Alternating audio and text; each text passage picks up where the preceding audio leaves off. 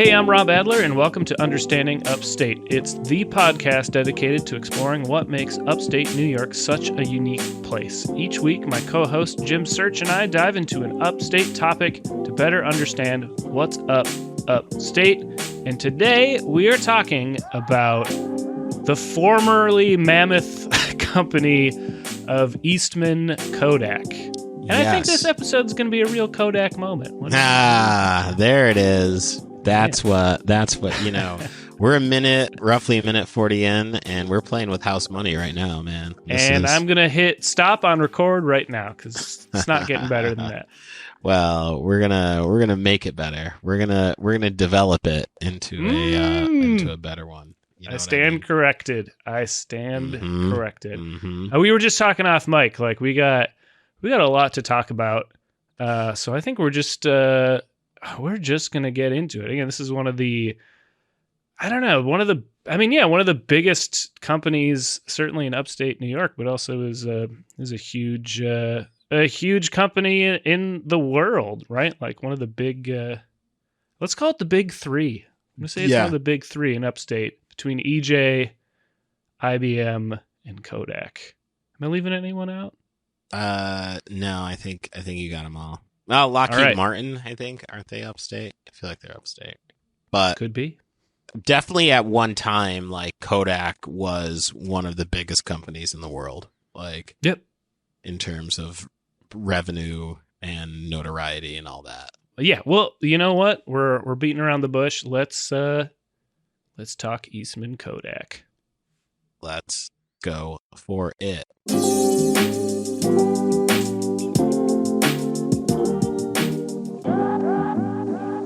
Where do we begin, right? Where does this all start? So the Eastman Kodak Company, Kodak is the American public company that produces various products related to its historic basis in film photography. In other words, in the film business. Mm-hmm. Layman's terms. They're headquartered in good old Rochester, New York, the 585, and incorporated in New Jersey, best known for its photographic film products, which it brought to the mass market for the first time. So they were essentially the first people to create what we know as photography for the average person. And a large part of their innovation was making it affordable, right? Right.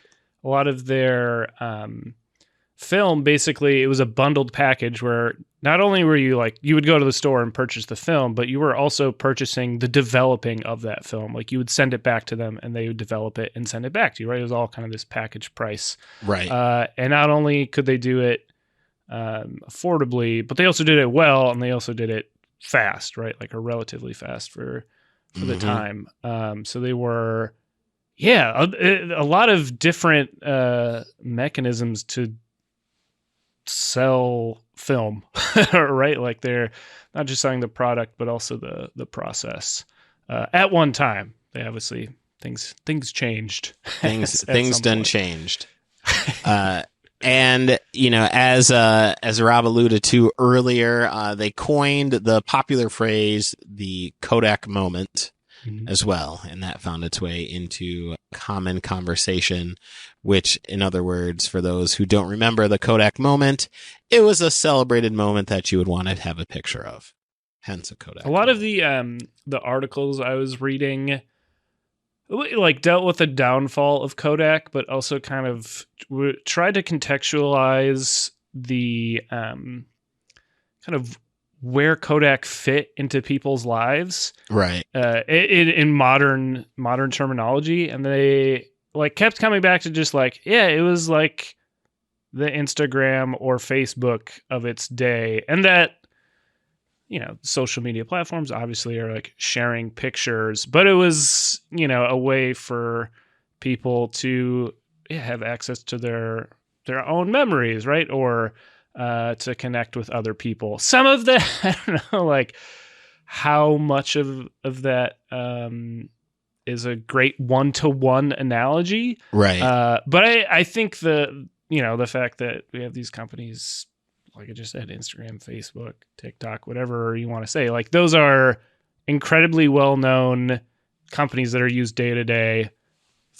Film photography was a part of daily life, right? So it's Sure. and they were the people for a long time doing it, providing that getting that ability. Getting those. I mean, I can remember having Kodak film. Yeah, man. Like as a did you keep it in the refrigerator? No. Oh, yeah. Weren't that tech savvy, I don't think. I don't know if you actually it's more like you need like a dry place. So I think refrigerator helps to that end. I don't know. We're getting far afield here. It's my fault. Let's bring it back. Reroute the ship to how it all started. Okay. The beginnings. Kodak began as a partnership between George Eastman and Henry A. Strong to develop a film roll camera. After the release of the Kodak camera, Eastman Kodak was incorporated on May 23rd, 1892. Now, can we talk about why one would need to develop a film roll camera? Yeah. What would possibly be going on in that time? I was going to say, I'm setting up a question probably for myself to answer. I believe the term is rhetorical. Yes. I think that's true. But yeah, before like a rolled film camera, you had those like big old box cameras, those like accordion looking fellas, and like, man, it was one hell of a goddamn process to take a picture, right? That kind of photography is done on glass, right? Like a lot of heavy equipment was necessary to just take a picture. Right, and that's the thing, is a picture, like a singular picture. Yeah, and if you have a roll, obviously you can shoot off a bunch of different ones. And yeah, I imagine there were like you have pinhole cameras, which is like not a super sophisticated version. But again, even at most, that's like literally you're exposing a piece of film through like a hole in a box for 30 seconds or something, right? And this is something we'll see a lot. Like Kodak was innovating new things kind of all the time, and even some new products we've seen, we'll get to it later, but like things that just came out in the last couple of years is in part due to research or development that Kodak did, I don't know, in the 90s, right? Sure. So it's I was reading there's like this kind of through line of research, but also perfectionism, which ultimately kind of to foreshadow was a little bit of their downfall. And then also maybe researching or putting stock in like the wrong thing as well. Those are the seeds I'm going to plant for my portion. And also being on the wrong side of history. We'll talk about there's that. There's that too. We're definitely going to get into that. Sure. So under Eastman's direction, the company became one of the world's largest film and camera manufacturers, and also developed a model of welfare capitalism and a close relationship with the city of Rochester. Mm-hmm. So Kodak Tower, George Eastman Museum, and I'm sure there's a lion's share of other like Kodak funded public works throughout the city. Oh yeah, there's I was going to mention like the Eastman School of Music was founded by them. It's like one of the top music schools. And I kept reading, I don't know exactly what this means, but it was the first professional school of the University of Rochester. Not sure what the term professional school means, but like a finishing school. Who knows, man? But it's one of the top music conservatories in the world. I think particularly for like jazz and opera. Wow, shit. Chuck Mangione went there, if you're familiar. Flugelhorn player. Yeah. And Ron Carter, who's on a ton of albums that would then go on to be sampled in a lot of hip hop. He's one of those guys where like if I see Ron Carter on the players list at the back of the album, just buy it. You're there for it. Yep. So yeah, a lot of, as you were saying, a lot of a lot of institutions. Right. were, And, and that lends itself back to like the welfare capitalism, right? Yeah. Like they thought, and, very much like Endicott Johnson, if you listen to that one, Speedy Freaks, Endicott Johnson, this welfare capitalism idea really is what solidified the public profile of Rochester. Like you would be hard pressed to talk to a Rochesterian and find something shitty about Kodak in their eyes. Like, I mean, there's really a lot. It is held in high regard. I'll say that. Yep.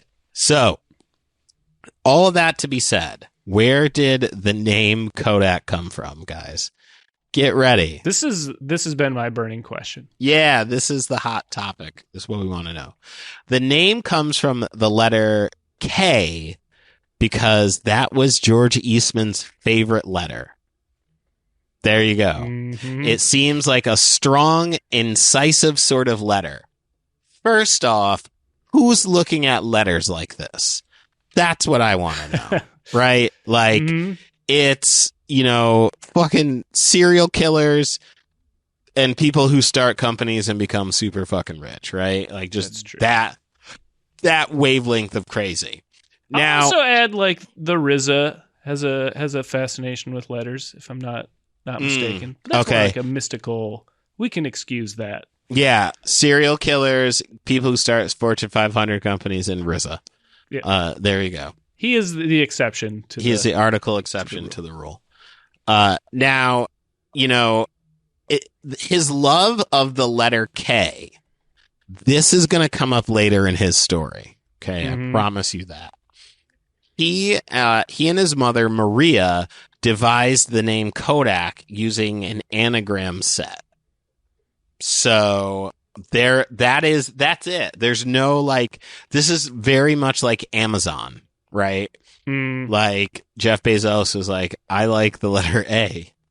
It's like, cool, dude. Cool. Man, Jim, this is the most disappointed I've ever been. It means nothing. It means nothing. There's nothing that there's no bigger meaning. There's no, higher level thinking here. It is just, I like the letter K. So there you have it. Now, the Kodak camera. Okay. This was one of the claims to fame. In 1888, the Kodak camera was patented by Eastman. It was a box camera with a fixed focus lens on the front and no viewfinder. Two V-shaped silhouettes at the top aided in aiming in the direction of the subject. At the top of it had a rotating key to advance the film and a pull string to set the shutter and a button on the side to release it, exposing the celluloid film. So, cutting edge shit for 1888. Have you ever seen one of these? I have. I saw it. Well, I was looking at it on when I was doing the research for it, so I did see a picture of it. It's just a box. It's just a box. It's a box. It's just a box. And they're like, it's like a leatherette kind of wrapping around it. I wouldn't say they're flimsy, but they're like, you don't want to get it wet. No, you don't want to get this thing wet. This is you didn't take this into the pool with you. No, absolutely not. After the ice cream social or whatever you're doing in 1888. Sure. Now, the $25 camera, which I'm sure by today's standards is like $700 or something wild, right? 8 weeks of 8 weeks of working at the old Kodak plant. You may be able to swing mixing chemicals. You might be able to swing one of these. Came preloaded with a film roll of 100 exposures and could be mailed to Eastman's headquarters in Rochester with $10 for processing. Then the camera would be returned with prints, negatives, and a new roll of film. Additional rolls were sold for $2 to professional photographers who wished to develop their own photographs. By unburdening the photographer With the complicated and expensive process of film development, photography became more accessible than before. Kind of ringing back to what you were saying, Rob, Yep. about how this was really something that like streamlined the process of making film easy. Yeah. I mean, like, kind of to what you were just saying, like before, you would have had to have basically had your own dark room, right? Like, and I imagine there's probably, well, I mean, it's not, we don't have it anymore, but up until some point in the 2000s, you could drop your film rolls off at Walgreens or Yep. any number, like, you could basically throw your film and it would end up at a place that would develop it. Right? It was so many options, which I imagine at this time, that's not a thing really. There's one, like, I know of one, there's one place you can get film developed on, like, it's actually it's like a pharmacy, like convenience store type vibe. It's on Flatbush in Brooklyn. I can't remember if it's a Walgreens, but like they do in fact do film developing. Oh wow, interesting. Yeah, there's still a couple places in the city as well that'll do it. The tricky thing is finding a place that'll still do color. Like Right. black and white's pretty easy. Like you can do black and white on your own too. Right. Just watch a few YouTube tutorials. But color uses like really nasty chemicals that like you don't want to be messing with if you don't know what you're doing. If you're not about it. Yeah, and it sounds like this is all this would have just been black and white photography at this point in 1888. Yeah, I was gonna say I don't think that the color was on the scene.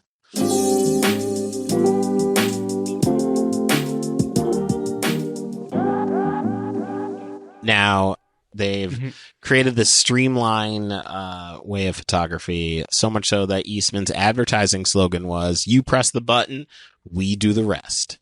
Right. So that's pretty fucking good. yeah, that's it, man. They got you. So sold. Say less, fam. In the 1890s to early 1900s, Kodak grew rapidly and outmaneuvered competitors through a combination of innovation, acquisitions, and exclusive contracts. Eastman recognized that film would return more profit than the cameras that used them, and then focused on control of the film market, which was smart. So I'll just add this. This is the interesting thing where they start off, mass producing these cameras, and then they're like, ooh, cameras are going to be kind of like a lost leader. We need to focus on the film. Right. If they kept that mentality of like, oh, what is the more important thing in the market, we would still have Kodak that resembles what it once was, right? Like Kodak is still around, but they're not doing a whole lot. Sure. But they stuck with film as the focus, and things shifted to, from cameras to film, and then eventually, how are we distributing pictures, right? Mm-hmm. Whether that's digital or film, right? And they, as we'll see, they had some opportunities to jump on that bandwagon. Not even jump on that bandwagon, but like, they created the bandwagon and then abandoned it like it's a Masonic temple in Binghamton. But they were a little bit short-sighted in that respect. Where it's just interesting to learn. At one time, they were able to like shift gears quickly and pivoted to something that would be beneficial like that. I mean, even jumping a little bit ahead of the curve here, like. During COVID, like they pivoted to assist in helping with vaccines, like, which is wild that they were jumping into that realm, but they had the money. So yeah.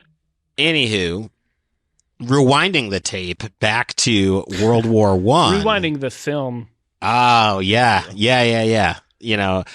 a reverb on that one.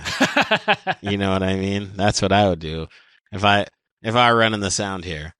Now, during World War I, Kodak established a photographic school in Rochester to train pilots in aerial recon, which is kind of crazy to think that they were part of they again pivoted that expertise into the war effort.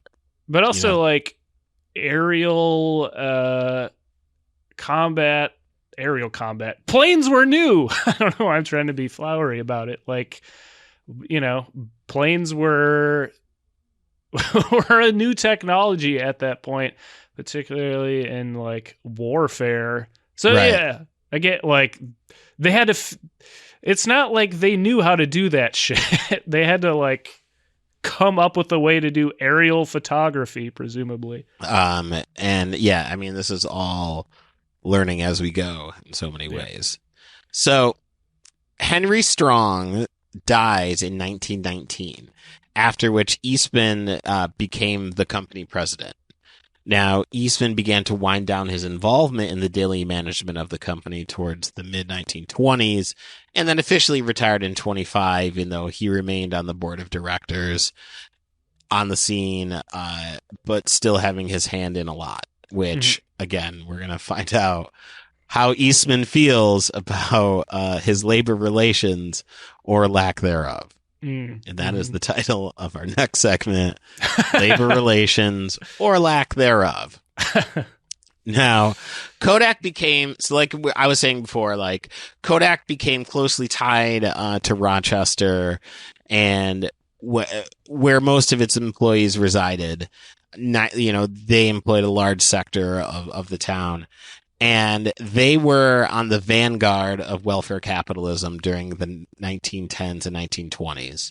So specifically what that looked like was like worker benefit programs, kind of like what we saw with Endicott Johnson, a welfare fund to provide for workers' comp, a profit sharing program for all the employees in 1912. So, they were really, again, pushing that, like, let's do right by our employees so that they will, work harder for us and also won't unionize. Yeah. Right. Because that's the ultimate bottom line is like, how do I prevent you from not unionizing?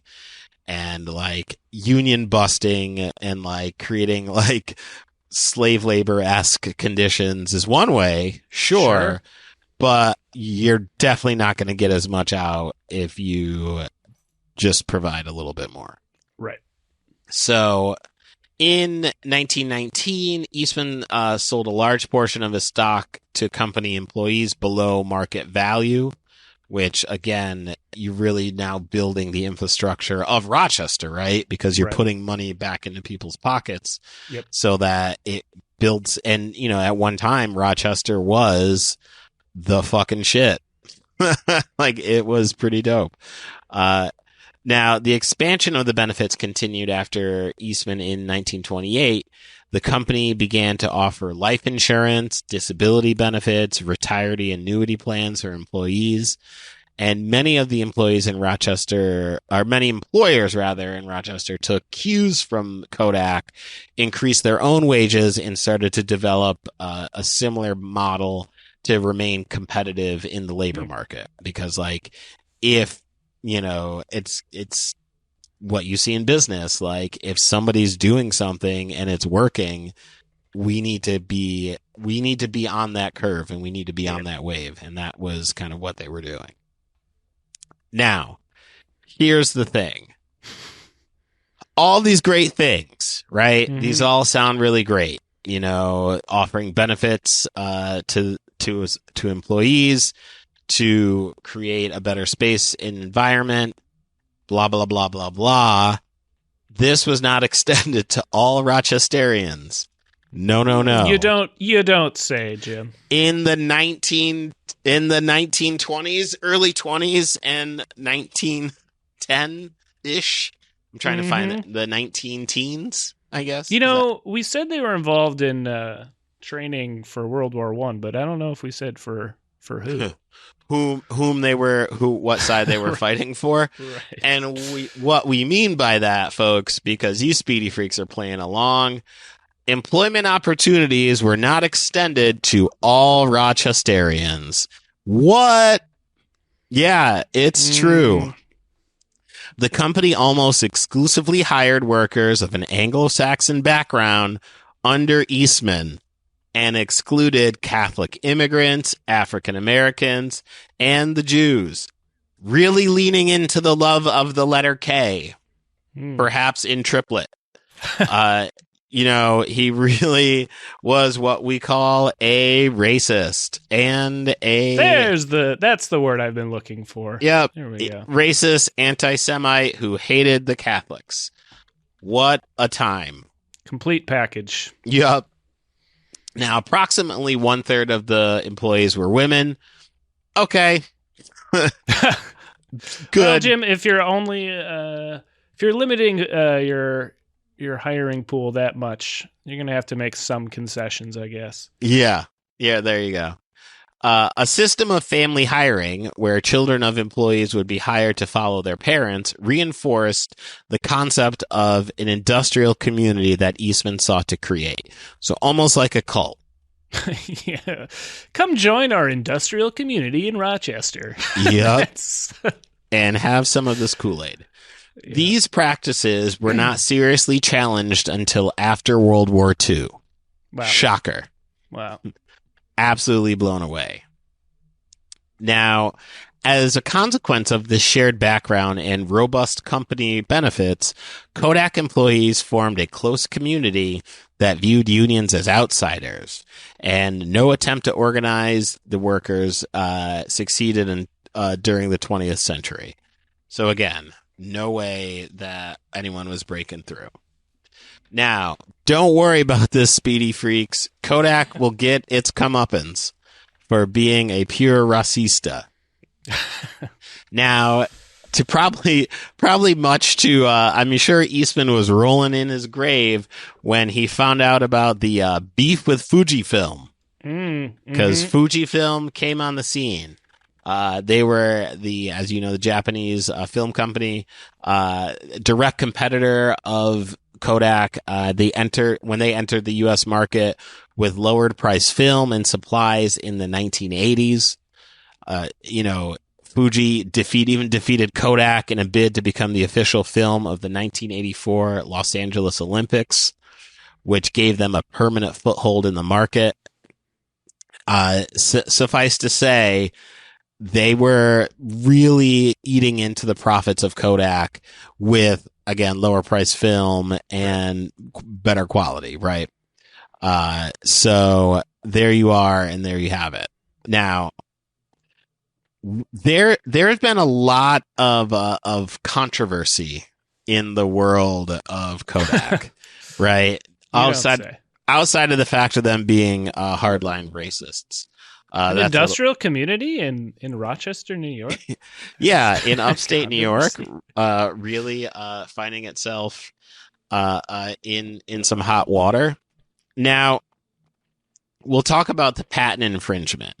Kodak encountered a number of challenges from rival patents for film and cameras.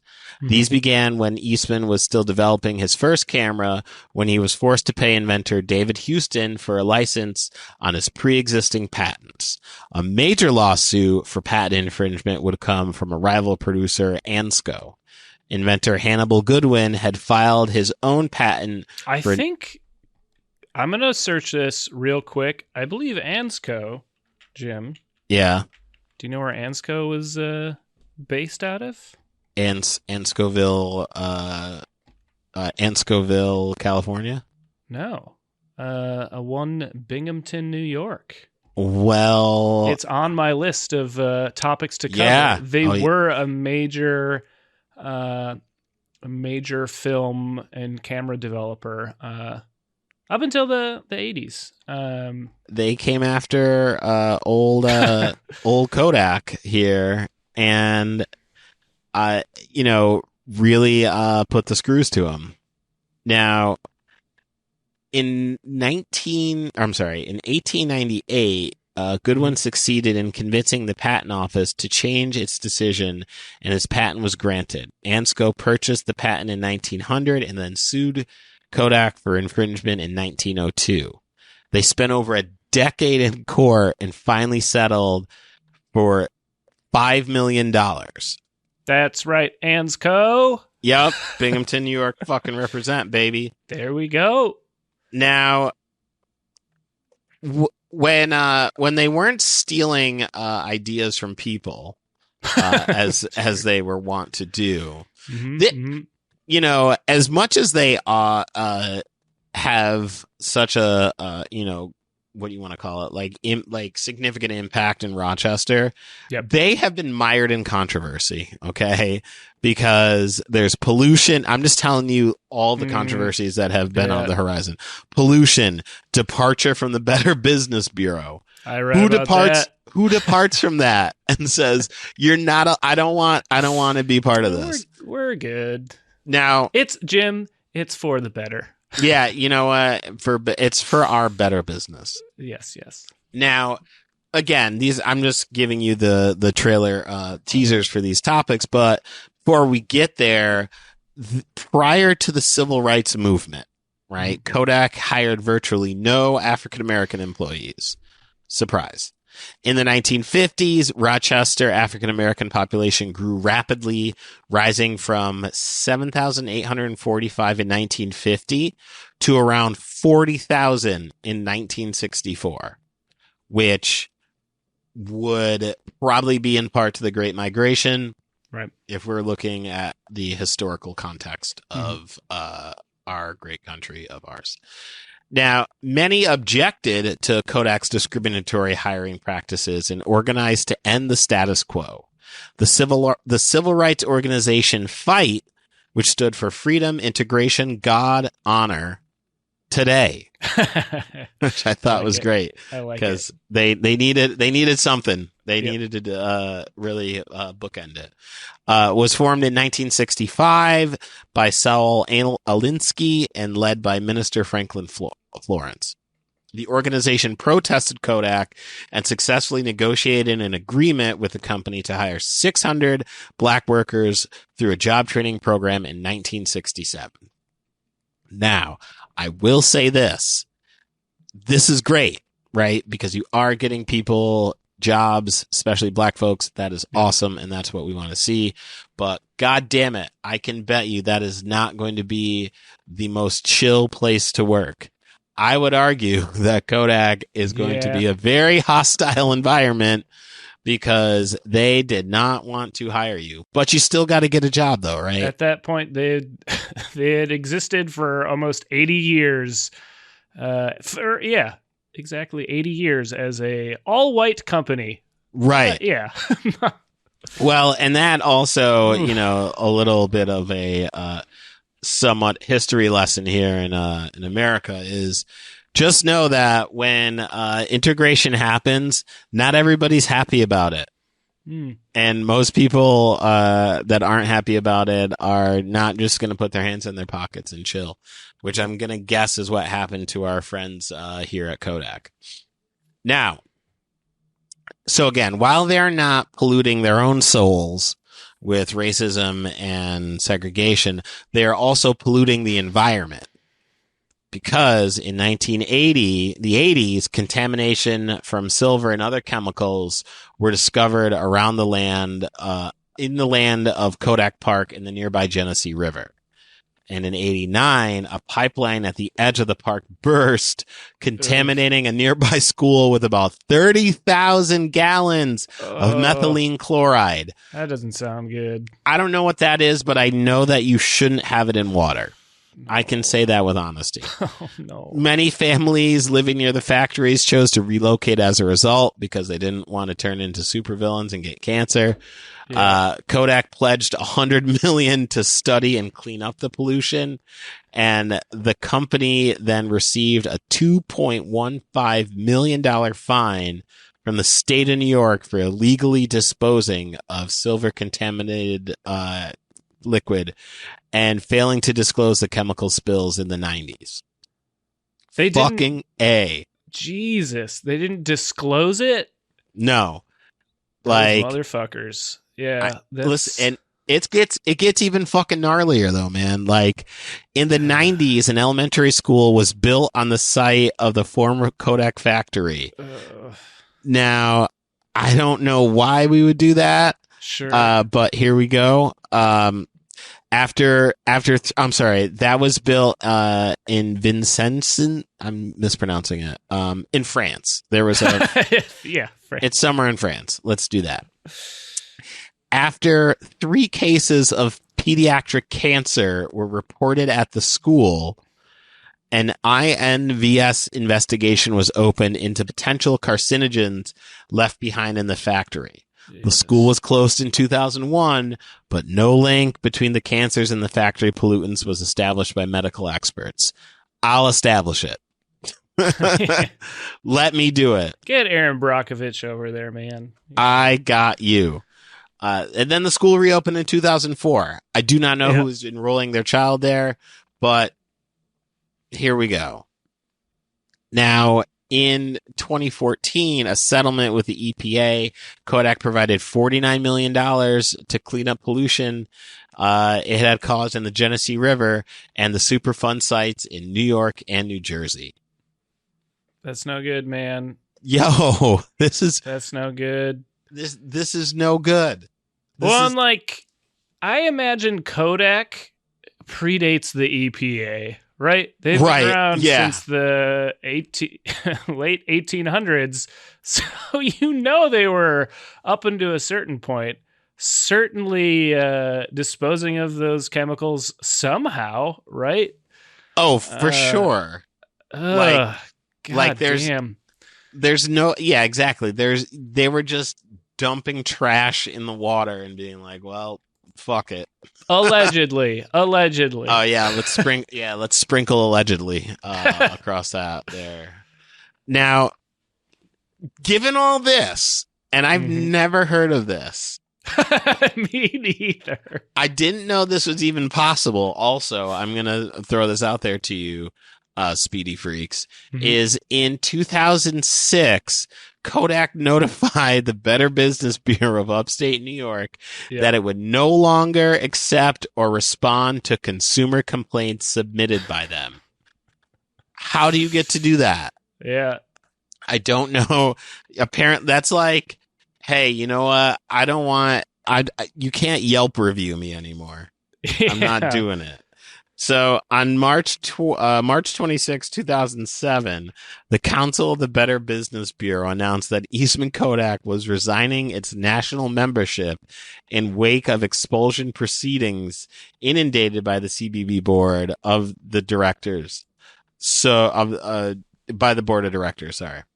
Kodak then said its customer service and customer privacy teams concluded that 99% of the complaints forwarded by the Better Business Bureau were already handled directly with the customer. I don't believe that. I really don't. I'm sorry. And the Better Business Bureau had consistently posted inaccurate complaints about Kodak.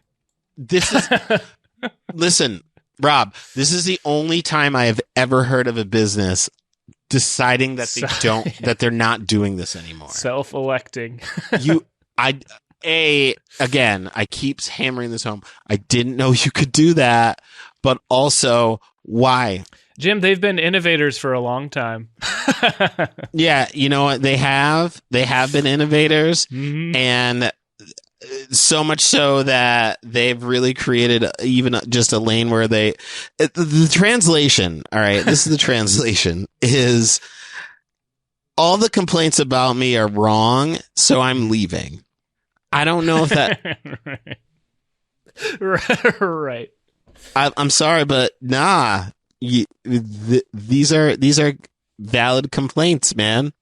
I'm very much intrigued about how that all has come to be.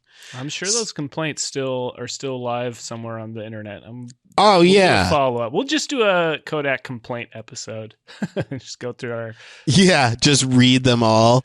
Yeah, like the best. If I could give 0 stars, I would. That'd be off the bat there. Now that's all I got. That is all I've trudged up about the good folks here at Kodak. I can pick up the ball on kind of their continued downfall. Yeah. Oh, yeah. Let's get into it. Because, again, like, Kodak really isn't a household name anymore, right? Like, talk to these Gen Z kids. Yeah. Ask them if they know what Kodak is, and they're going to probably be talking about a rapper. I was going to say Kodak Black. That's what we got.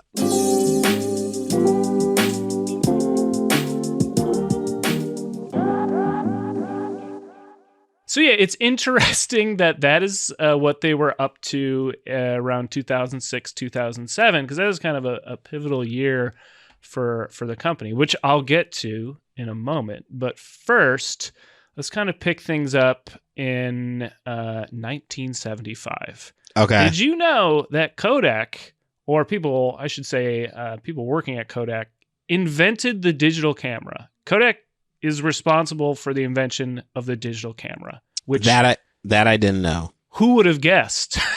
Who would have guessed? Because they're not the first name in digital photography. One might argue they are the last name in digital photography. So in 1975, an engineer named Steve Sasson, who worked for Kodak, invented a digital camera. I think he must have worked in their like R&D department. This thing basically looks like a toaster with a camera lens stuck on the side. But yeah, this is like 1975. You might expect that a digital camera would take up an entire room. So the fact that it's toaster sized, I was actually a little bit impressed. Is incredible. Yeah. And it would take the picture real quick, like very quickly, but to store the data, it would literally put the data on a cassette tape. Like, interesting. The data, like, and this, some computers in the 80s worked in that way as well. Like, cassette tapes were, an alternative to floppy drives, right? Like, it's a magnetic storage medium either way. It just spins in a different kind of way, right? So like it would take 20 seconds for the cassette tape to wind the data, and then it would like display on a TV. So you had to have a toaster and a TV to get your picture set up to work with this thing. And basically Steve presented this to his bosses, and they're like, that's cool. Don't tell anyone about that. Don't tell anyone about that. They didn't really. They didn't want to produce it at that time. They were looking to it further. Yeah. Then later on in, I want to say it was like 89, him and another engineer came up with the first DSLR, so digital single lens reflex camera, which is basically it's what we have for cameras today, right? It's like there used to be a mirror involved. Now we have, you know what? I don't need to explain cameras to people. They're not here for camera mechanics, but it was basically the first adaptation of digital photography into, at the time, what a modern camera looked like. But it's like the classic, when you picture a camera, Jim. Oh boy. Golly. We're almost done, I promise. I promise. But yeah, so that was in 89, and it used actual memory cards. It compressed the image. So it very like the same way digital cameras work today, right? Again, he presented this, and the marketing department resisted the idea. Did they say why? Just again, kind of what I was talking about near the start of the episode, like they were heavily invested in the idea of film photography, right? Like, and the process of only film photography. Now, the interesting thing I learned is because they invented, or an employee invented the digital camera, they owned the patent on digital photography. So that could explain one reason, or digital cameras rather, that could explain one reason why they didn't pursue it, because they raked in billions of dollars on that patent, because anyone who wanted to create a digital camera had to basically lease the patent from them, right? And pay them a fee Guess what year that patent ran out, Jim? 2006. 2007. Wow. Which was a rocky time for them because that is the year they decided to get into digital photography. So, wait a minute. Wait. Yeah, man. So the year the patent runs out, right? Yeah, dude. When I pieced this together on my own through just different things I was researching. I watched this amazing 4-minute video. They came out with a 4-minute ad campaign in 2007. Like, YouTube was barely a thing. I don't know how they were distributing this video in 2007, but it's a guy walks out on a podium and it starts off with a gist of like, oh, the heritage of photography and Kodak moments. And then he gets rock and roll with it. He's like, but we're not playing grab ass anymore. He literally says grab ass. People want their pictures now, immediately. And then he brings it back to like combining, and it's played for laughs. It's not like an actual CEO. I think I recognize the actor. I didn't research who it was, but it's like a guy you're like, I think I recognize that guy from standing in the background of some scene of something. Right. But literally they they tried to course correct in 2007. We're like, I already got a camera on my Razr, man. Like my flip phone, my Nokia, they all have cameras already. Like, right. They missed many boats. And again, like I said, they built the bandwagon and abandoned it. Like they came up with the idea, or they were the first people to patent it. I don't know, who knows what other people working on out there.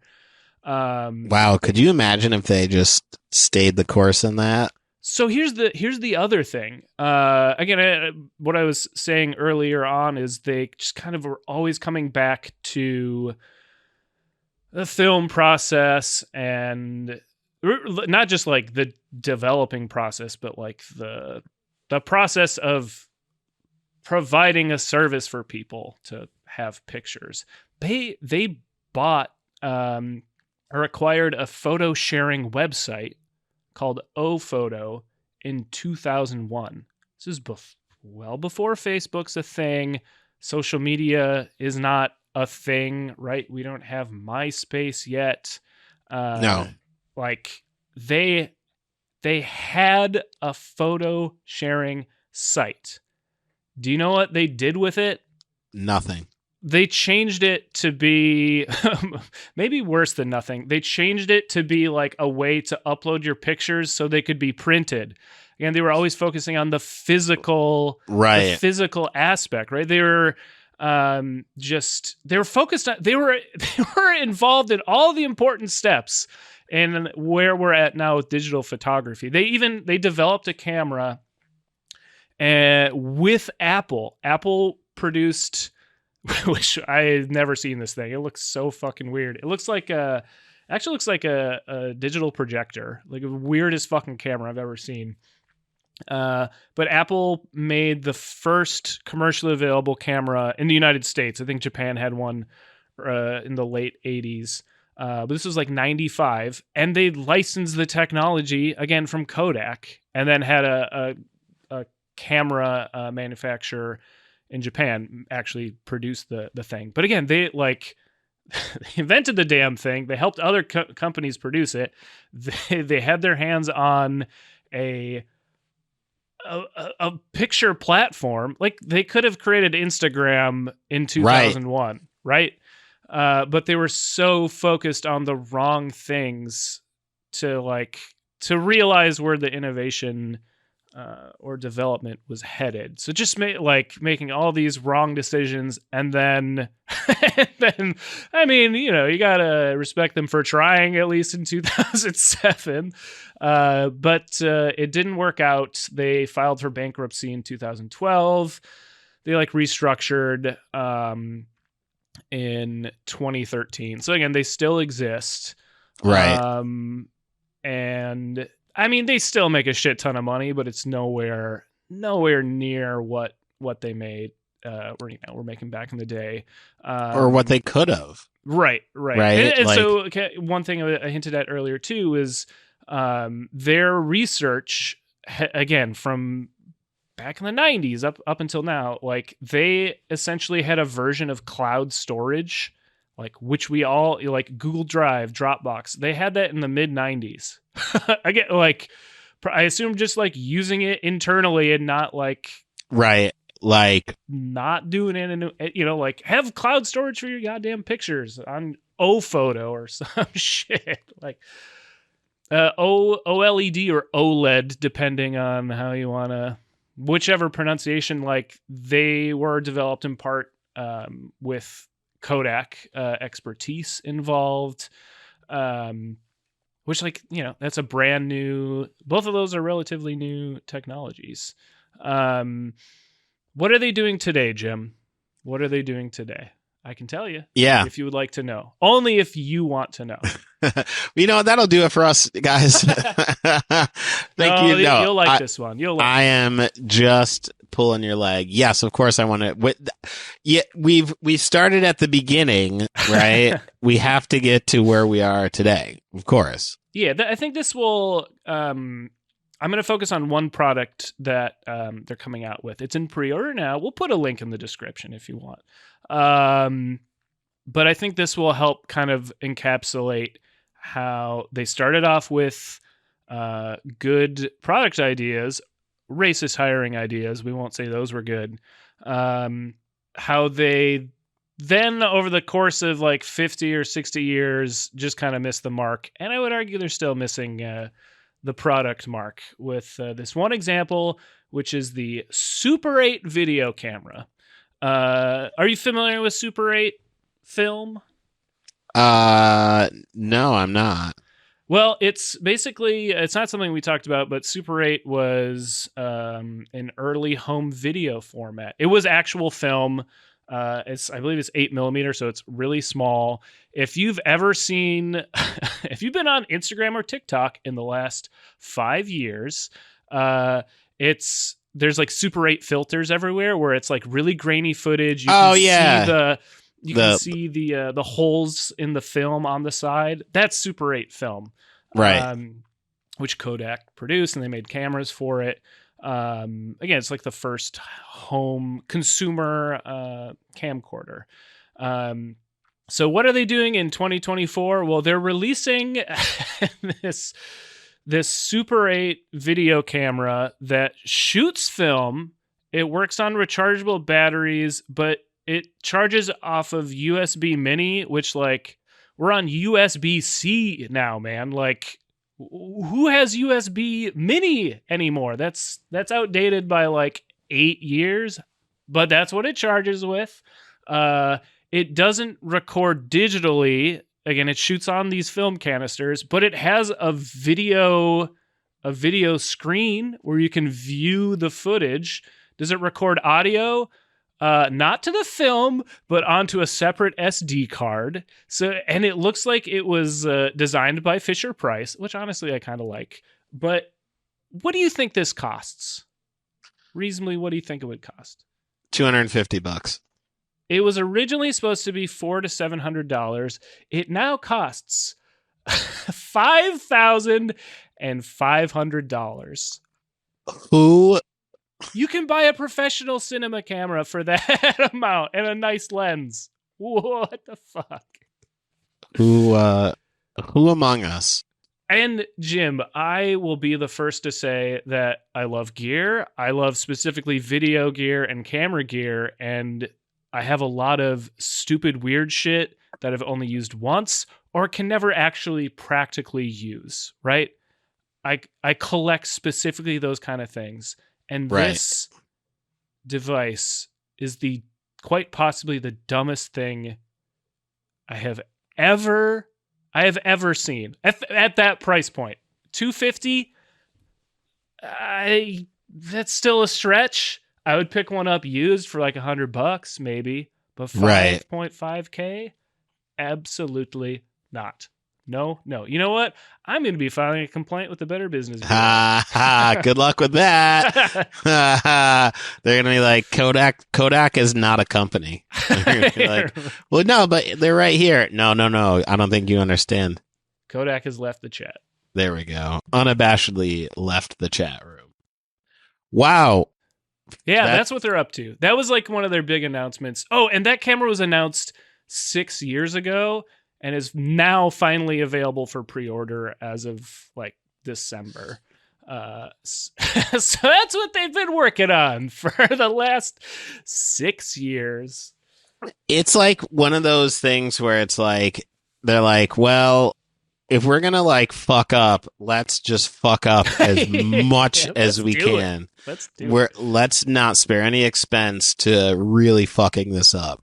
That was one critique I read. I think a lot of my research came from like a Harvard Business Review article on them. And the critique was like, ultimately their downfall was like the pursuit of perfection. Like they would work on something for so goddamn long, case in point, this camera or a processor, right. Like they wouldn't release something unless it was perfect, which admirable. I wish half the companies did that today, right?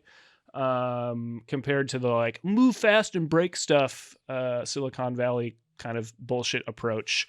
They just they kept missing the mark too in a lot of regards because everyone else was, they were a goddamn behemoth. They were incapable of moving fast, but also organizationally they like had a commitment to quality.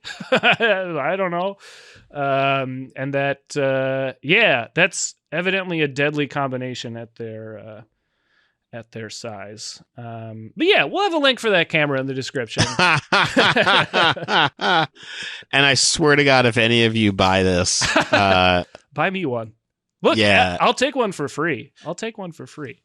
Yeah. Well, and then you have to pay for the goddamn film. The batteries are like $250, which are proprietary. They're not like a standard battery. It's a money pit. Yeah, that's intense. And while everyone is looking at second mortgages to potentially buy this camera, can you share with our listeners what we're going to be talking about next week? Oh, I sure as fuck can, because I definitely just got real intense with it there for no reason. Because I think the topic warrants that enthusiasm. Because they're going to need to tune in for our next episode. I like it. That is what I will tell you about what we're going to get into. I like it. Well, while everyone is trying to figure out that riddle for next week's topic, what can our speedy freaks, I keep saying our listeners, they're speedy freaks. Yeah, those are speedy freaks, man. Yep, I stand corrected. What are some things they can check out? Well, here's what they can do. They can go to gymsearch.bandcamp.com.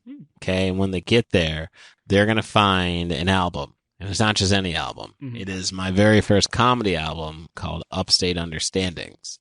And goddamn it, is it a fucking ride. You're going to love it. Executive produced by Rob Adler. Oh, my. Also want to give a shout out to my man Ashton, who picked up a vinyl copy yesterday. I mean, this is time is relative, but my man Ashton picked one up. It was very dope. He got a vinyl. I'm running out of vinyl. Ooh, that's a good great problem to have. But so you definitely want to get over to gymsearch.bandcamp.com to pick up a physical copy of that album, because like I said, these vinyls are going, and when they're gone, I won't really know what to do. I won't have nothing to sell other than the digital copy, which you could go get anyway. But you want to get the vinyls first. Now, You do that, right? You hear my voice and you're like, man, where can I see that person? Well, You go to jimsearchcomedy.com and you're going to find all the dates that I have coming up. I actually have a couple dates coming up, which is pretty dope. So you can actually see me go do some stand-up comedy. It's going to be pretty rad, especially if you are in the Binghamton area, because March 23rd, Stellar Presents over at Stellar Human. I'm going to be doing a set. Stephen Brown's going to be hosting. So go check that out. It's going to be a dope time. Doors are going to be at 6:30, shows at 7, March 23rd. I'm a fan of early promotion because I want to get you motherfuckers out there if you are in the Binghamton area and surrounding universe. So you have done all of these things, Speedy Freaks, but yeah, you're saying I still want to hear some more from these Understanding Upstate fellas. Rob, can you help them out with that? I can. Let's say you have just purchased a $5,500 video camera that you can't charge because you threw out all of your mini USB cables 5 years ago. The batteries are too expensive and you have no way of developing the film. And you are on hold with the Better Business Bureau trying to get a resolution. Well, I have just the album for you to listen to while you are on hold, because in fact, it's great. It's great music for just hanging out, killing time. You're cooking, you're cleaning, you're just relaxing. New York Sticky, my instrumental album, available at brooklynfrequency.bandcamp.com, it's going to be the perfect album to help you get through any of those activities, or just to be there for you while you're, like I said, while you're hanging out. Jim, I feel like that was my most convoluted pitch yet, but I'm going to stick with it. I'm not going to edit it out. Nah, stay with it. I say you should sticky with it. I like it. I see what you know what there. I mean? It honestly took me a second. I was like, why is he talking about Post-it notes? It's my album. That's right. It's been a long day. After you've gotten a resolution from the Better Business Bureau, you're going to head on over to Apple Podcasts, and you're going to throw us a positive review, because we didn't try to sell you that camera. We tried to dissuade you of it. You're going to go give us a 5-star rating and a positive review, and while you're at it, you're going to throw in a suggestion for an upstate topic, person, place, thing. You know how it works. For us to cover on the show, and we just might use your suggestion in the future. So yeah, Jim. Yes. We usually end on a really bad pun using the word up, and I've got one for today. If you're ready for it, I think so. I don't know if I'm ready, but we can talk about gear for a little while longer if you want. Nah, let's get into it. All right. Well, I think we had a pretty good episode today, but we're just gonna have to wait and see what develops. Yeah, No, you heard okay. it. You heard it, Speedy Freeze. All right, let's get the hell out of here. All right, let's do this. Peace.